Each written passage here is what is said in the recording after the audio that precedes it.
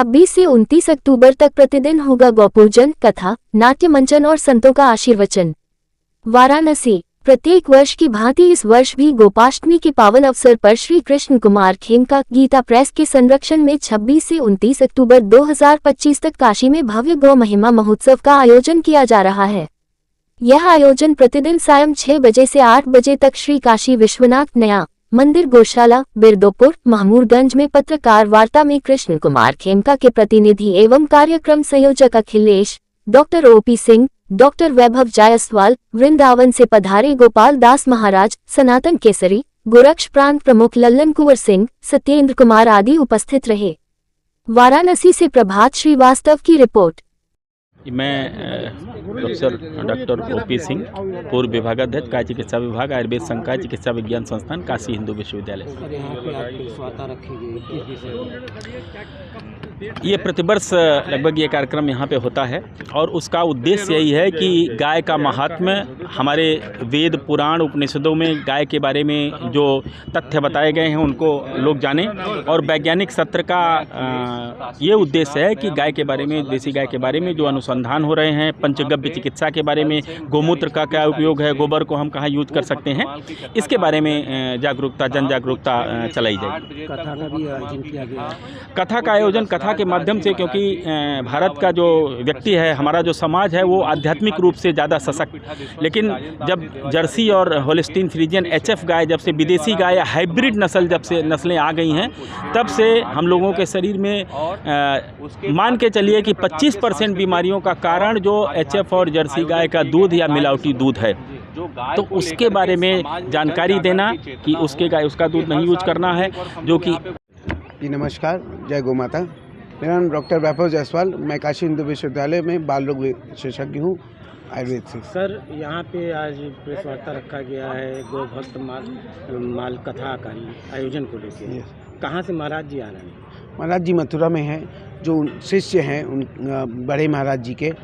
तो इसमें जो पूरे भारतवर्ष से कहीं न कहीं से जो एक तो गोभक्त आ रहे हैं, और कई जो IT से BHU से हैं, मैं जानता हूँ कई लोग हैं जो BHU IT से हैं, जो प्रोफेसर्स हैं, साइंटिस्ट हैं, जो स्पेशली रिसर्च किए हैं गौ पंचगव्य पे, चाहे वो दूध हो, चाहे वो दही हो, चाहे वो घी हो, चाहे वो गोमूत्र हो, कई तरह पे सब पे जो रिसर्च किया गया है और ये उसमें दिखाया गया है। अगर मैं कह रहा हूँ कि ये, जैसे मैं कई बार बोलता हूँ कि हर चमकती हुई चीज़ सोना नहीं है, उसी तरह कई बार पेशेंट आके पेरेंट्स बोलते हैं सर दूध तो पिला रहे हैं, तो वो दूध हर चीज़ नहीं। अगर आप जर्सी गाय का दूध दे रहे हैं तो कहीं ना कहीं जहर है। तो गाय को लेके यहाँ पे एक तरीके से गोष्ठी भी किया, आयोजन की गई है। इसमें गोष्ठी भी है। उसमें जो है कहाँ से लोग आ रहे हैं? सर, जैसे मैंने बताया, पूरे भारतवर्ष से आ रहे हैं, पूरे बनारस से लोग आएंगे।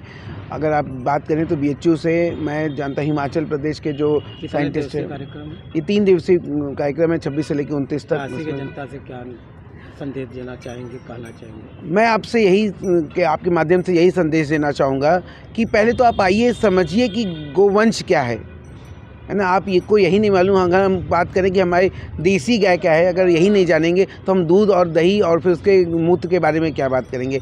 तो सबसे पहले जनता आए, यहाँ देखे कि क्या गो भक्तमाल की जो कथा हो रही है उसको सुने। उसके अलावा जो इम्पॉर्टेंट है, जो साइंटिफिक वे में वैज्ञानिक तरीके व्याख्यान होंगे, उसको समझें कि जो देसी गाय है, देसी गाय का दूध कितना ज़रूरी है हमारे बच्चों के लिए, हमारे बुजुर्गों के लिए, या सभी के लिए। एक तरीके से कथा के माध्यम से गाय को लेकर जन जागरूकता भी की जाएगी। एकदम बहुत ज़रूरी है। ठीक है सर। जय गौ माता। मैं अखिलेश कुमार, इस श्री काशी विश्वनाथ नया मंदिर गौशाला का संयोजक। ये गौशाला श्री कृष्ण कुमार खेमका जी के संरक्षण में चलाई जाती है। यहाँ पे गंगा तीरी नस्ल की गायों का भविष्य में संरक्षण और संवर्धन अभी तक सभी नस्लों का हो रहा था, अब आगे चल करके गंगा तीरी नस्ल का संरक्षण संवर्धन होगा।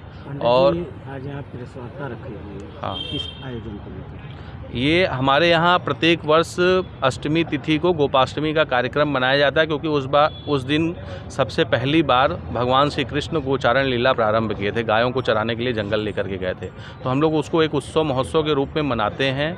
उसको गोपाष्टमी उत्सव कहते हैं। ये प्रत्येक वर्ष अपने यहाँ होता है। इस बार गो भक्तमाल की कथा के साथ गोपाष्टमी उत्सव मनाई जाएगी। गो भक्तमाल की कथा पूज्य रसराज जी महाराज जी गाएंगे, जिसकी अध्यक्षता वृंदावन के विरक्त संत गोरक्षा का जिनमें गोरक्षा के कार्य में जिनका अग्रणीय स्थान है, हमारे पूज्य गोपेश बाबा जी महाराज जी की अध्यक्षता में ये कार्यक्रम होगा।